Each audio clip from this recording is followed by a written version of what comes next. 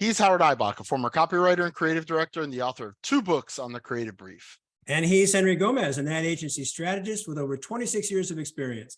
Together, we're the Brief Brothers. We love to talk about creative briefs, briefing, and advertising.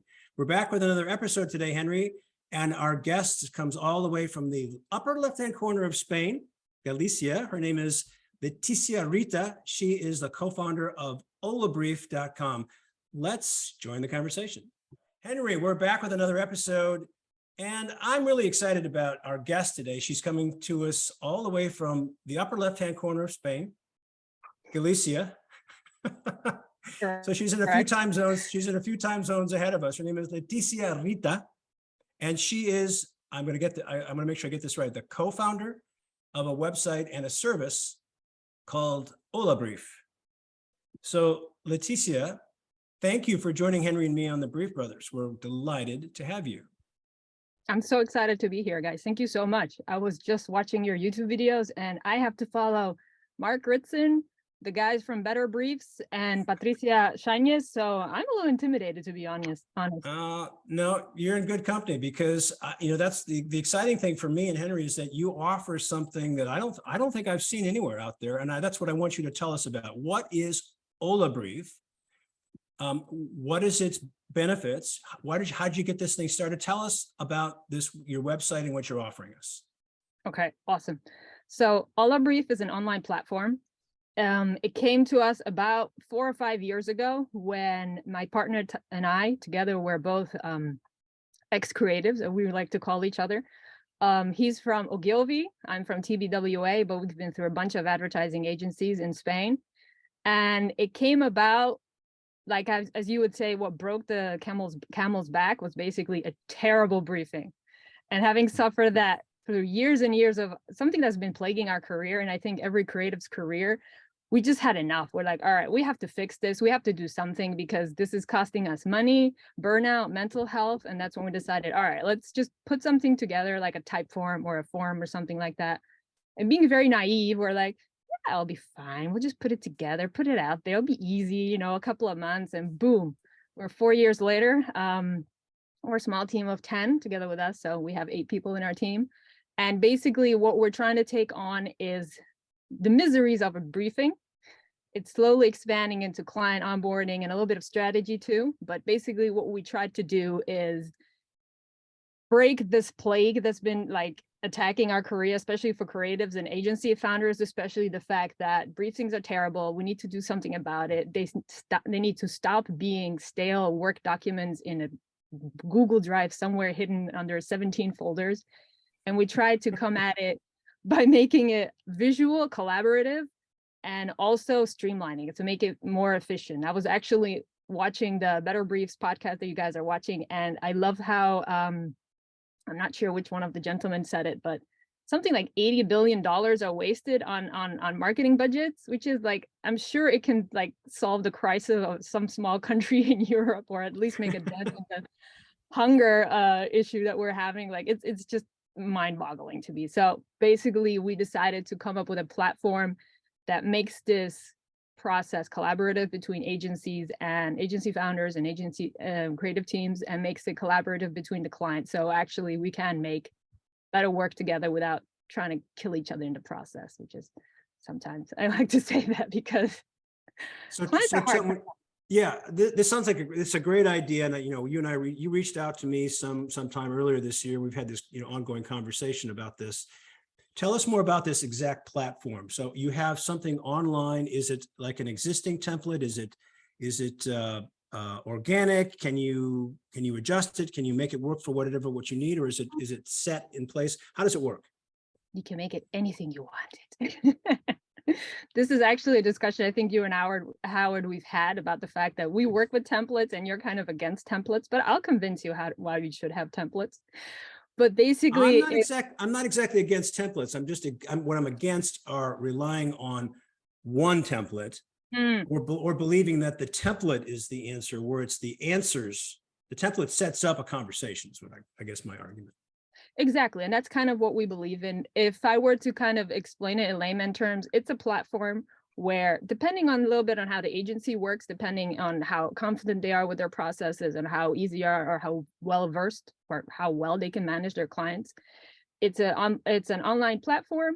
There's templates that you can start, to hit the ground running, so you're not starting from scratch. There's exercises where you can do, starting from user personas to positioning maps. We try to make it as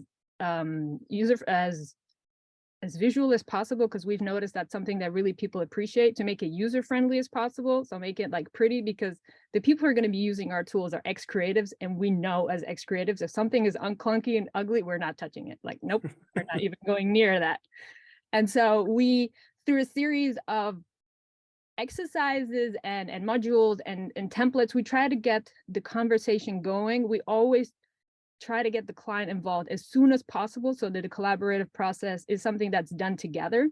Because as we know, if we get the client on board as soon as possible, that it kind of feels like they're part of the process, and it's like almost their idea. So, they're less likely to reject it. And we see it as a way of also putting up milestones during the creative process, so that you do check in. It's like, hey, we've done this. Do you like it? Do we agree? Have you approved? All right, let's move on to the next step. Now we can do X, basically. What I And really you can like also about this, modify everything. So you can Yeah. either use our templates or just create everything from scratch yourself. right? But what I particularly like about this, and we talked about this before, and that is for a small agency, a startup, a couple of people have left their jobs at a bigger agency and they're going out on their own, 2 or 3 people, they're juggling many different roles. Mm-hmm. This is kind of a nuts and bolts aspect of an agency business that can be very, very time consuming. So with your platform, you give them these tools that they can use as is, or they can be adapted to whatever it is that they want to do, or something in between. It allows them to focus on doing the work rather than how to do the work. So that particular aspect of this, I find that very appealing, especially for a small design firm, a new agency, even an agency that's been around for a while. It's built in. That's appealing to me, because it's a headache, that it's a necessary headache, an absolutely necessary headache, but it is also something that people struggle with. For sure. Actually, you put it really well. And something that we also like to pinpoint is the fact that it's not a stale process. I mean, creativity, also the process of creativity, also the process is fluid. I mean, every time that you see a template is working, or maybe a question is working, or this particular, exercise worked with this client in this particular case, you can kind of always update your processes. So you're always streamlining. So you're not like coming into a new client, oh, he wants something up. Where was that template in Google Drive? I can't remember. It's more like, all right, I already know what I'm doing. I plug it in, we start playing, we start collaborating. So yeah, it's always getting better. Henry and I have had this ongoing debate, which for the most part, I've kind of conceded to him. I'm eager to hear. I'm eager to hear. But for the fun of this conversation, I'm going to just pretend that I didn't say that. And that is that, because I think it makes sense in this situation. You say that it's an opportunity. Your platform gives creatives and the agency the opportunity to collaborate in real time with the client. Now, Henry has a perspective on this, which I understand and I respect. And I don't want to put words in his mouth, but I'll just summarize it by saying that's his territory and he really wants to own it. So, Henry, I'd like to hear your thoughts about this platform and the potential it has, or the potential dangers. So some context though first before we get into that discussion. I work at a WPP agency. I work in the Hispanic market in the US. I've been fortunate to work with a lot of big clients like McDonald's, Ford Motor Company, CVS Pharmacy. So the issue that I have, and the genesis of the debate is Howard sent me a paper that was created by the ANA, where they recommend collaboration on the creative brief between the client and the agency. And I told them that I believe it's an admirable goal, but that the realities of working with big clients are that they're very bureaucratic, they're very political. We usually get a brief from the client, some sort of communication brief. It's a client document that reflects basically the client culture, which means it's usually full of jargon, buzzwords. It's 8-10 pages long if you're lucky. If you're lucky. If you're lucky. And and what happens is when you have to get a creative brief approved, right? You add just a whole nother round of negotiation and politics, and we have to put this into the brief because the client doesn't feel comfortable unless that's in the brief. And it's just, to me, it delays what is ultimately the creative process. So I like to read the brief, challenge the client's brief if there's something that needs to be challenged, for sure. I don't just accept it. But once I receive it, I believe that it's the strategist's job at the agency to interpret it, look at all of the data, cull it down, and create that sharp, pointy, creative brief that will inspire and inform the creatives and remove all of the noise that the client has dumped into the brief. And so I like to say the brief, for me as the brief writer, I feel is the first step of the creative process, not the last step of the order taking process. And so I don't want to politicize the brief. I don't want to have to sell a brief to a client. I want to sell the brief to the creatives. And that's my main goal. And it's there, and that's another issue, is kind of the disconnect. Our clients, our marketers, advertising is part of what they do. It's not everything they do. Approving briefs is only one of the things that they might do in a given day. And so they're not looking at it from the point of view of the creatives, which is my job, to give the creatives a brief that is going to be useful to them. And so rather than having to re-educate a client every single time I have a brief, I just prefer to, okay, we received this. Here's what we think we're hearing from you. Okay, great. Now I go and let us do our work. The same way that I wouldn't want the client in the room the first time the creatives are pitching their ideas internally. I don't want them scrutinizing, and I don't want to waste time parsing words on a brief. Okay. So that's my point of view. I say it's an admirable goal to have all that collaboration. I just don't know. And some clients, of course, are more sophisticated than others, and you can have that conversation, but it's just been my experience with big institutional clients. It's not a practical solution, and you have to add in another week, 2 weeks to just get a creative brief approved. And usually that brief at the end of that process is not a better brief than the one we started with. Okay. I mean, you bring up a lot of interesting points, and probably one of the biggest things, the biggest challenges that we have is, first, to give you guys some context, HolaBrief, it started as a naive project of let's help other freelancers so they don't want to murder their clients. And then through the years, I'm sure we've all been in that situation where you're on a Friday night with a glass of wine going, oh my God, if he sends me another SMS saying something, I will. This close to being arrested. I know, I understand. We've been through that. Those are war stories we've all been through. And to give you guys some context, even though it started off as something that we wanted to create for freelancers, one of the things that we've realized is the people who basically buy from me, or people who are seeing value in my tool, are small agency founders. So we're talking 10 to 50 max. After that, it becomes kind of like what you mentioned, Henry, kind of like an institution where everything that needs to get done is going to have to go through a bureaucratic process. So the agencies that I'm usually dealing with the clients are like, I understand where you guys coming from the fact that, there are certain ways we want to do that. And every time I have a talk with a founder, they just blow my mind because everyone just does everything differently. Like, I have agency founders who, one of the biggest things that they say is it's so hard getting good information from clients, and that I can make it into a way that's digestible for myself, and then I can pass it on to my team. Like, that is the biggest issue. Now, how do they do that? Now, there's a whole world out there of, educating clients and how do you educate clients, but the more information you demand from your client, the most likely they're going to get pushed back. So I've seen kind of everything that you can imagine, like from people getting clients involved in workshops, in people saying, okay, fine, if you as the client don't want to help us, we're going to do it on our own, and then you to approve it, and nothing, it gets moving. And like, I'm not opening Photoshop until you read this document. Like, I've had some very ballsy people from Scandinavia saying, no, the client needs to do their homework. Otherwise, I'm not even like starting an account with you. And then I have other people in Australia that like make this into like a whole party almost, you know what I mean? They're like, they really like take on this not so much as educating the client, but almost kind of selling the value.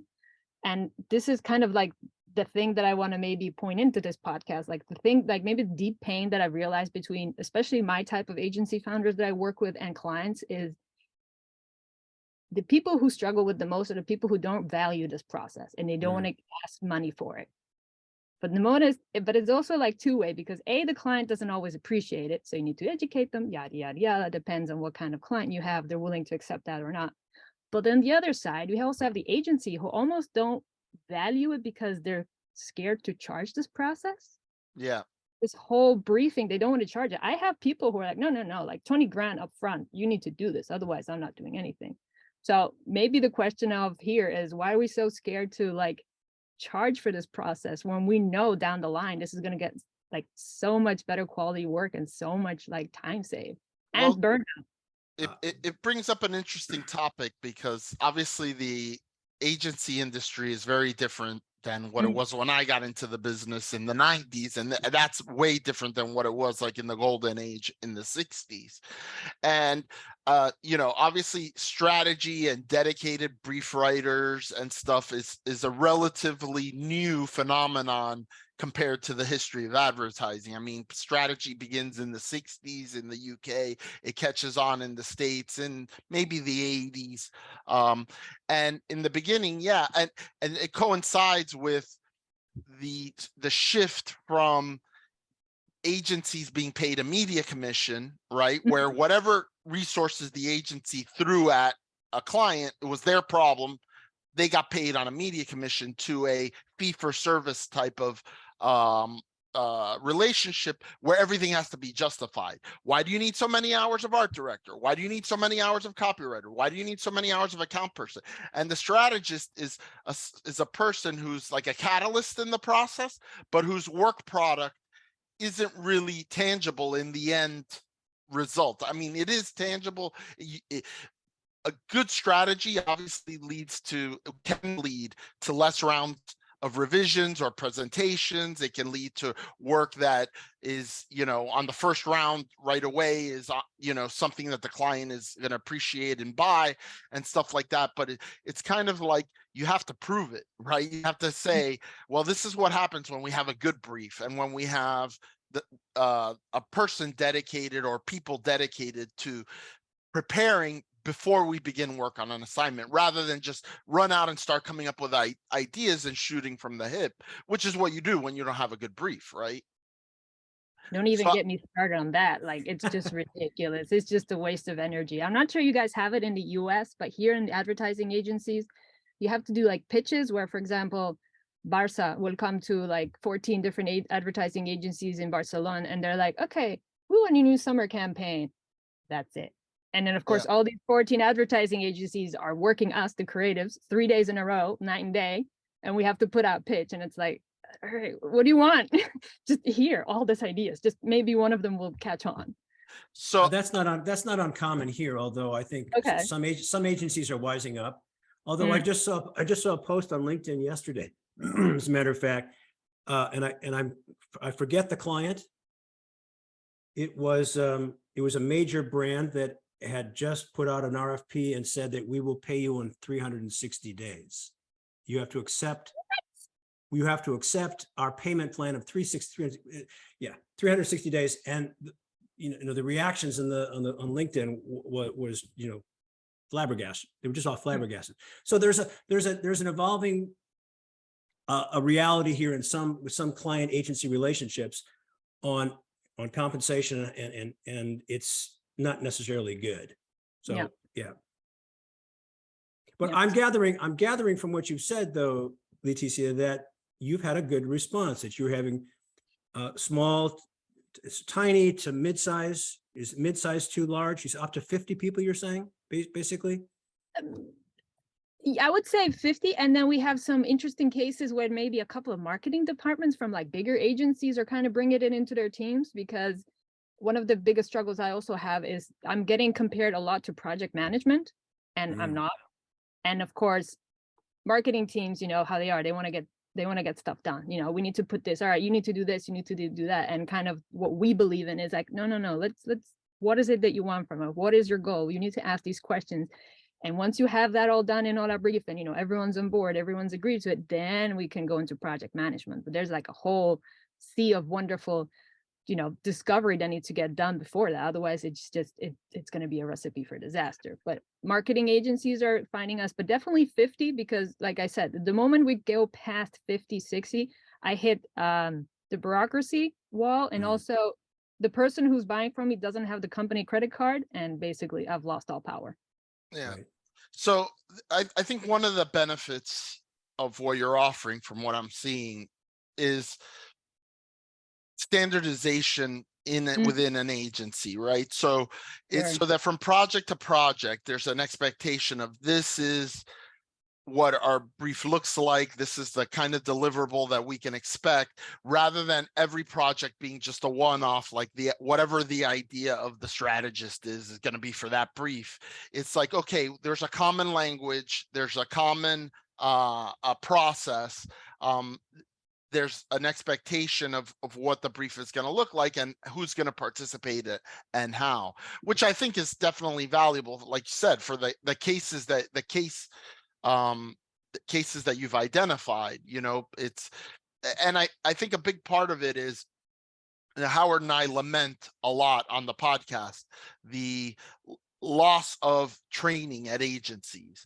So there was a time, I came up partially through DDB, and there was a time when there was a big training program for strategists to learn how to do strategy the DDB way.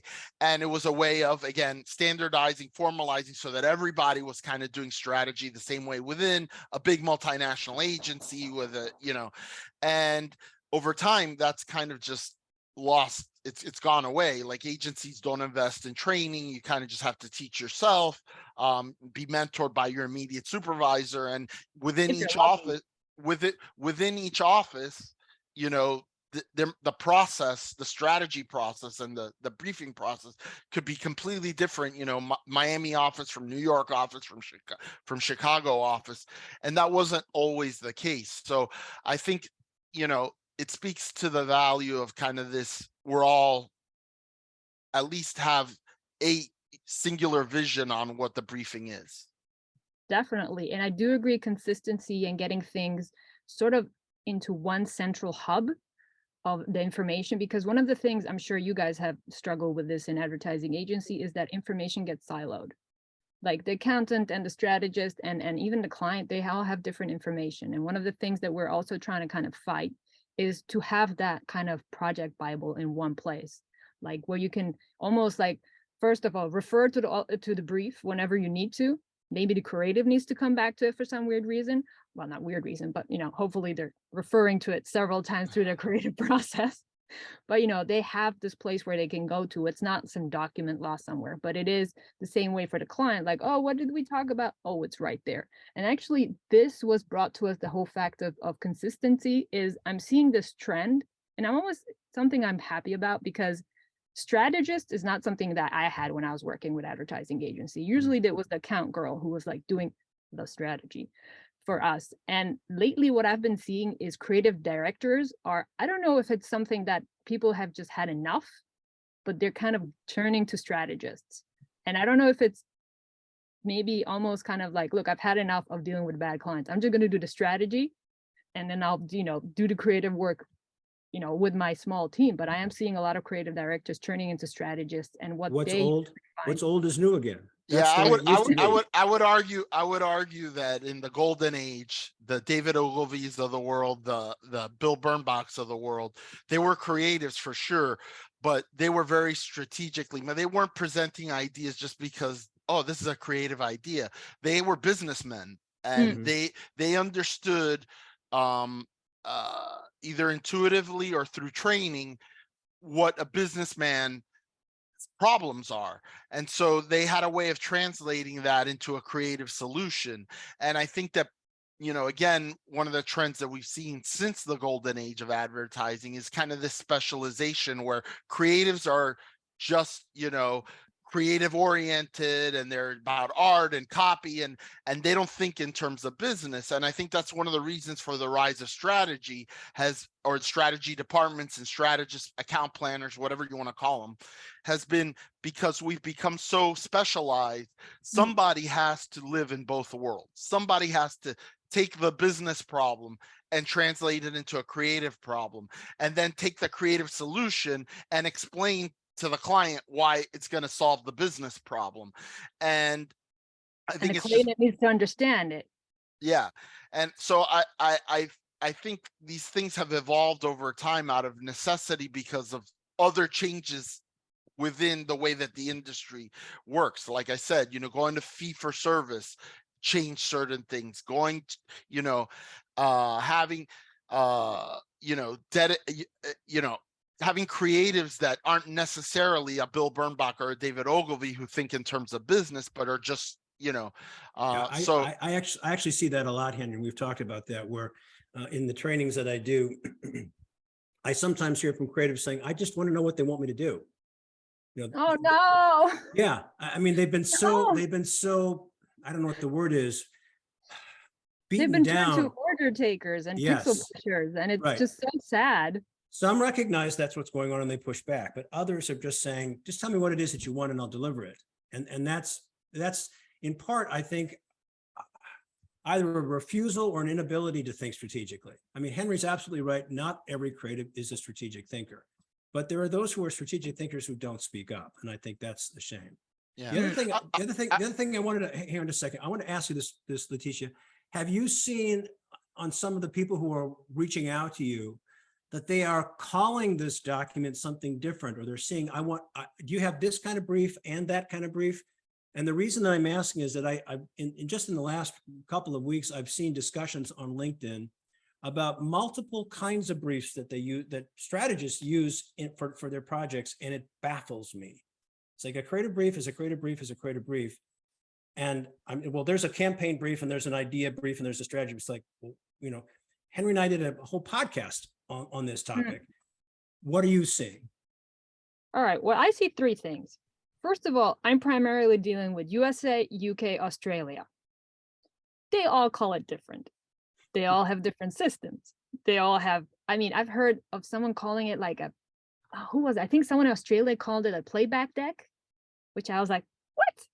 Then someone in the UK called it like a scope, because they had such a problem with scope creep. They tried to like even name the document like a scope creep something. But I've heard from the class of creative brief, marketing brief, debrief, client brief, inspirational brief. Like I've to be honest, I've lost count, and I was actually listening to what Better Briefs were saying. Like, we need to make a poster of just all the names and just agree that like it's ridiculous. There's just too many names. But I think the playback deck was like my favorite one, because that was like, what? You're just inventing something new because even you don't know how to call it. I think that's a big problem in the industry just overall, is the ever-changing vocabulary. We can't leave well enough alone. I started out as an account planner, and now if I say I'm an account planner, like none of the kids know what the hell I'm talking about. I have to say I'm a strategist.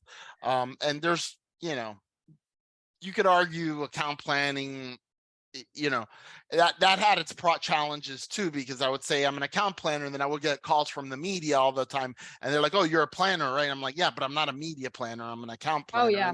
Nobody knew what the difference was. Yeah. But yeah, the ever-changing titles of things, we never leave well enough alone. It feels like we're afraid to use anything that feels old, even though sometimes things that are old actually are old because they work. Like the reason they still exist is because they work. And so this idea, and we've talked with guests also that are like, well, the brief is an outdated concept, and it's like, really? Like, having a document that summarizes the project and inspires the people that need to be inspired is an outdated concept? Like, since when? Yeah, which would you rather do, that or the telephone game? Yeah. But every industry has this. Like every industry has a form of brief. Like, how can you build a house without having eggs? How can you make a cake without a recipe? Like, you always need something where you can kind of contextualize and put everything together and then create into something like the brief. Yeah, in the advertising or creative or whatever we call our industry, like currently, because it's always changing name. Like there is always a document. Like you need this. You can't not, otherwise you're just Yeah. designing blind. And Howard, I think our mission has been from the beginning is like, we recognize a lot of people use briefs, but they don't give them the love, care, and attention that they deserve, right? Like especially you mentioned, you have account people that are responsible for maintaining relationships, setting meetings, keeping deadlines, being on everybody's ass. And then they get thrown one additional task, which is you have to do a brief, and they see it as a form that needs to be filled out as a project start. They don't see it as what it is, which is a key to getting the best possible work out of the end of the process as possible. And you need to give it a little bit of love and attention in order for it to have that desired outcome. Because writing a brief is easy. Writing a good brief is hard. Like that's the point. Well, the genesis of my question to you, Leticia, was that I'm starting to see even very senior level strategists in major agencies start to just delineate between one brief and another. Well, we've got the idea brief, but there's also this other brief. And this one, we start with this one and we lead to that one. It's like, I don't understand. Why are you breaking this into two processes when it's just one document? And if you can make it fit on a page, please just do that. But they justify it. They say, oh, no, this works. If we do this first, that leads to this second. And it just baffles me. I don't understand it. They justify it, but that's where their thinking is. Henry and I have talked about this, the bright new shiny object that constantly invades old school thinking. I do an exercise in my workshop on how to get to an insight. Not that, there's no such thing as the insight, it's an insight. It could be legitimate, it could be not legitimate. And as I take people through the process, there are occasionally account planners in the room, and they'll say, oh, that's just an old school benefit laddering exercise. And I say, yeah, I just gave it a new name.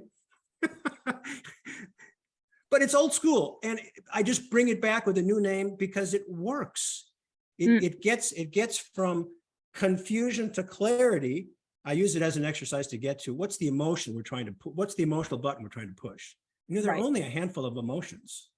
It's not like there are 27 different flavors at 31 Flavors ice cream store. It's just there are a handful of emotions. We want to get to the right emotion. So we have this tendency, excuse me, to want to make something new when what is old works perfectly well. And so I was curious to find out what kind of challenges that you face when you're talking to people selling your platform. One of the biggest challenges I'm facing, especially, there's several challenges. From one side, usually agency founders or agencies, let's just refer to them right now, they don't have good their processes set up, both internally and with the client. Another aspect is the fact that debriefing has gotten its own narrative of being this hated document by people, that it's usually a post-it note or an email on a Friday. Or I had this other talk the other day with a friend of mine who's a creative director in Barcelona, and he said that he got the brief one day, but they wouldn't tell him the name of the brand. Like, they told him it's a cruise line, but they wouldn't tell him which brand. And they only told him a week later. And it's like, how would you expect me to do like even any thinking? Because, I'm not so much good at cruise lines, but Volvo or Ferrari, those are two completely different worlds. Like, how can you start working with that? So on one aspect, it's that issue. And also something that I think is definitely plaguing our industry, especially from a creative prospect, is the fact that there's a narrative out there that, like I mentioned, that we hate clients. So I'm kind of dealing with that pushback from agencies. However, what I'm definitely seeing is people are realizing that the fact that debriefing is, like you said, Henry, a key part of the process, and it's not disconnected. It's not this thing that, all right, let's just get it done and whatever. Let's start opening Photoshop and designing. It's like, no, we have to sit down. And especially the agencies who have realized this, usually they realize this after getting burned a lot. And those are the ones that are coming to me and seeing definitely a value in setting up a process, both internally with their clients, investing in education, not so much education, but kind of explaining to client why we need this to get it done. Especially if you're talking about dollars, it's like, let's get this done, because let's get this down because I will save you dollars at the end of the line. And that's usually when clients are like, all right, fine, I'll give you another half hour. Yay. Yeah, that's a that's measurable, it's a measurable ROI. It's when people don't realize how many times they go send the work back to the creative department, spinning their wheels because the document wasn't clear, it wasn't inspiring, or either. It's measurable. Now, I don't know how you'd go about measuring that. Not every company has a measurement and analysis department. I have worked in some agencies that did have those things because we did a lot of direct mail and direct response, but it's measurable. It's dollars and cents, saving time. And it's also hard. The harder thing to measure is morale, because it kills morale when you have to send the work back because of lack of clarity. Now, that dollar figure you referred to earlier from the, our buddies, Matt Davies and Peter Pond Von Wheeler at Better Briefs, you put an $80 billion price tag on it. They say that marketers admit that it's 30% of their budget is wasted on poor briefs, unclear briefs, and poor quality work. Whether it's 80 billion, 30% is still a huge chunk. So this is, I guess I'm so accustomed to working with Fortune 500 or even Fortune 50 companies when I do my training that it's assumed that the brief is an important process. It's just not working or functioning as well as they want it to. Whereas with you're working with tiny companies, startups, small design firms, small agencies, agency founders who are just trying to get things started, and they're getting pushback from their clients who don't understand how much money is going out the window because the process either doesn't exist or isn't working properly. So, and also established agencies. I think the key here is startup, but also established ones who at one point have said, you know what, enough is enough. Like the scope creep, the 3 feedback rounds, which is something I'm definitely against, but we can go into a whole argument whether designers should propose the 3 types of, output, the 3 versions, like the good, the bad, and the crazy. Like I'm totally against that, which is what I got taught in advertising agency. You should always present the safe, the bad, and the crazy, and hopefully the client will pick the one you want. But the fact, I lost my chain of thought. But well, that's an interesting thought, because I've heard plenty of stories about ad agencies, the boutique ones, the ones that are the gutsy and the ballsy. They say, here's our idea, take it or leave it. And I say, that's not how you build a relationship. There are plenty of arguments out there to support that, and I get it, but I don't support it. And I've always been the one to do the 3 ideas. I have the one I know that it's the one I know that they'll buy. Yeah. The one I want them to buy, and the crazy idea to make them feel comfortable to buy the one I want them to buy. I know this isn't directly related to the brief, but my personal bias is toward less is better. I think 2 is usually a good number, and I don't like to present a good and a bad, or crazy one. And I think sometimes there's 2 different ways of looking at it and 2 different flavors of solution that you can put in front of a client. You might have a personal preference or whatever, but I do think think it is an error to take too many ideas to a client. I've seen it so many times. And the reason creative directors do it, I think, varies, but it can vary from, I don't want to tell creative that their idea isn't good enough to make the presentation, or I want to throw a lot of shit on the wall and hope that some of it sticks. I don't think those are valid reasons for taking multiple concepts to a client. I think 2 is a pretty good number. 1 or 2, once you start getting above 3, it's just crazy. Well, I've never done more than 3, and I never present an idea that I don't believe. I've never presented an idea that my creative team and I absolutely love. So that's the minimum criteria. Now, there's ones we love, there's ones we really love, there's ones that are going to force them to be uncomfortable, but we still think would be the best solution. And they rarely go for that, but we present that anyway. So, Leticia, you obviously have a different take on this. Okay. I reconnected my chain of thought. What I was saying about that, usually the agencies that we talk to with HolaBrief are established agencies who had enough of wasting money and probably suffered a lot of burnout, and now they're trying to bring in processes. That's where I lost off my chain of thought. Now, regarding the three ideas, this is something I posted about this LinkedIn, and people had stuff to say about that.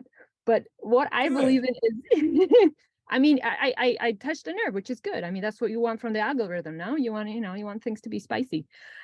And so, I mean, regarding, I don't like that the way of boutiques, agencies saying, hey, just here's my idea, take it. Because kind of one of the things that we believe in HolaBrief is the fact that it should be a collaboration with your client. And one thing that we definitely had to do in advertising agencies when I was still a creative was think of these three ideas: the ugly, the good, the bad, and whatever you call it. But what that leads to is it doesn't make sense, because these three ideas will not respond to the brief. If you look at them, they're totally completely different. Like, Oh, wait, respond to the brief. time All out. right, go on. You have to start with the assumption that everything you present to the client answers the brief. If it doesn't answer the brief, it should not go in front of the client. Now, as Henry said, and any other creative will say, there are multiple ways to solve a problem. If you have three teams, let's just say you have 3 teams of art director copywriters on a project. That's a big commitment. Not every agency has that many resources, but let's just say for the sake of argument, you've got 3 teams. Each team could produce as many as 30, 40, 50 ideas. So you could have 100 to 150 ideas. Now, are they all going to be good? No, clearly not. Maybe 1% of each of those ideas could be possibly presented. And the creative director's got to have the balls to say, I don't care that you don't have good enough ideas. These 2 other creative teams have better ideas, and we're going to present those ideas. If the creative director is uncomfortable saying that to his or her team, he needs to be in a new line of work. I was going to say that. But that's another topic. No, so no idea ever goes in front of a client that doesn't answer the brief. Okay. So the three ideas that I'm talking about all answer the brief. One is going to be, I think the client will, and this is a guess, and I'm sometimes wrong. I think the client will probably be the most comfortable with this idea. This third idea is kind of out there. I really want the client to go there because it's challenging. It's taking them out of their comfort zone, but I think it solves a problem. Mm-hmm. And that'll make this the middle idea maybe more palatable. So that's a strategy. All 3 ideas, in my view, have to answer the brief. Okay. Yes, I agree. However, do you think it makes sense to waste the resources on these 3 ideas when, let's suppose that the 3 ideas that you responded to the brief and the client is in line with you and you've been kind of almost co-creating this? Do you think it makes sense to then create 3 different things? Wouldn't that kind of be a surprise to the client? Like, but we've been creating this. Now, how come this resulted in these 3 different directions? Wouldn't you think that's almost kind of like confusing the client? If they expect to see many ideas and they want to have a choice, no. Okay, but that's probably something that you agreed on in the beginning on milestones. Or I inherited. I've walked into jobs where, I'm not the first creative director on that account with these people. I'm inherited a job that someone else either Set left. a precedent, yeah. Yeah. So it's like I can remember the first day on the job when I was hired as the creative director for British Airways loyalty programs. Oh, nice. The four loyalty, yes. And British Airways North America was the biggest revenue chunk of their business. The first project that I was getting ready to fly out to New York to present concepts for, they showed me the creative brief, and the single-minded proposition wasn't single-minded, it wasn't double-minded, it was triple-minded. There were 3 things they wanted to accomplish. And I said, it's like the presentation's in a week. I'm looking at the work, right? So I said, can we revisit that single-minded proposition? And they said, well, yeah, but you're going to have to call the client and explain why you don't like the brief. And I said, on my first week in the job, that's probably not a battle I want to fight. So I let it go. Okay. Right? So these are just, this is the reality of jobs. You inherit a situation. For sure.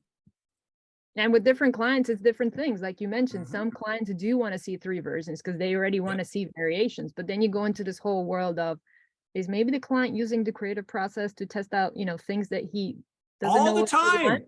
All the time, because what happens is the clients say, I like the headline from number 1, I like the body copy from number 2, and I like the picture from number 3. Can we they do that all the time. Can you just send over the PSD? And you're like, no. Yeah, and our buddies Matt and Peter Paul have said in their survey, they discovered that I think that the statistic was 60% of marketers use the creative process to figure out the strategy. And clients. Right? That's scary, right? It's very scary. Well, but I think that's the appeal to your platform. You've got a built-in system. Yep. it's adaptable, but it also can impose order where none exists, or bring some order to the chaos, because agency principals have got many things on their minds and not enough time to handle all of them. So here's a process that, okay, we can put it into place and we'll use it as it is right now. And as time goes on, we say, oh, maybe we need to tweak that, rewrite this. We can do that. I think that's wonderful. I'm absolutely not I'm Creative Brief template neutral, right? Okay. I have some favorite templates that I think are very powerful and produce, they're set up in a way that produce good answers, but the ultimate brief is not the template, it's the answers to the template's questions. That's really what we're going for. And what do you want to achieve? Kind of, you have to know what the goal is and what is going to get you to a place where the client says, yes, they did a good job. You have to ask those questions. Like, do you want it, do you want to win awards? Do you want to get more clients? Do you want to do this? Do you want to do that? Make sure that with your client, you guys are both on the same page on what success looks like. And that it can start off with a random template, but you build on it slowly. So you're 4 years into this. Yep. Where do you see yourself in a year from now or 5 years from now? Currently, we're kind of very focused on the briefing side of things. We want to expand it into more of a client onboarding, so we can give agencies that help on the client onboarding and give kind of like this process to educating clients. Some people are using HolaBrief as almost kind of touch upon strategy, more for getting all information in one place, and then you have to use your brain to do strategy, but already it's a good stepping stone to like, all right, this is where everything is. We have a very ambitious vision, which is to take on the creative process and make it a little bit more efficient and make sure that, agencies run profitable projects, because we all know, scope creep is the death of every agency. And yeah, just more people investing time into processes, and hopefully HolaBrief will be there to accompany them. So you can, I know you have the opportunity to have a free trial when you go on to HolaBrief.com. Can you tell us about that? Yes, you can go currently to HolaBrief. The 3 projects are for free. There's no time limit, so you can use all the functionalities with 3 projects. You can just hit the ground running and start setting up your templates, putting up your customization, making your own brief.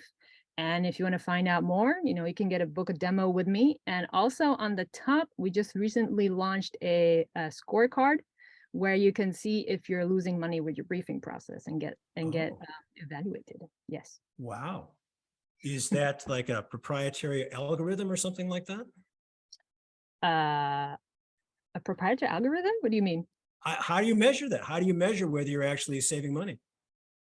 Okay. Well, taking into consideration that we have the statistic from Better Briefs, you can kind of calculate how much money you make, and then you take away the 30%, and you could see how much money technically you're saving per year. Okay. All right. Yeah. Yeah. Leticia. I just signed up for my free trial, so I'm gonna explore and we'll definitely advocate for it. Okay, yeah. I'm a little nervous now. No worries. No need to be nervous. I see a lot of positives in this, and I think it certainly can be very useful, specifically for people. And it's a very common use case. The use case that you've set out is not a small slice of use cases. It's probably the people that work for big agencies on big clients that have established processes are probably the vast minority. People that are doing day-to-day advertising, communications, design, things like that for small and mid-sized clients at small and mid-sized agencies or shops is probably the vast majority. So definitely see the value in it. Yeah, thanks so much, Henry. That means a lot. Right, well, Leticia Rita, who is a co-founder of HolaBrief.com, thank you so much for joining Henry and me today on the Brief Brothers. It's been great to have you. Thank you so much for having me, guys. Good stuff, Henry. Good stuff, Howard. He's Henry Gomez. And he's Howard Eibach, and together we're the Brief Brothers. Till next time.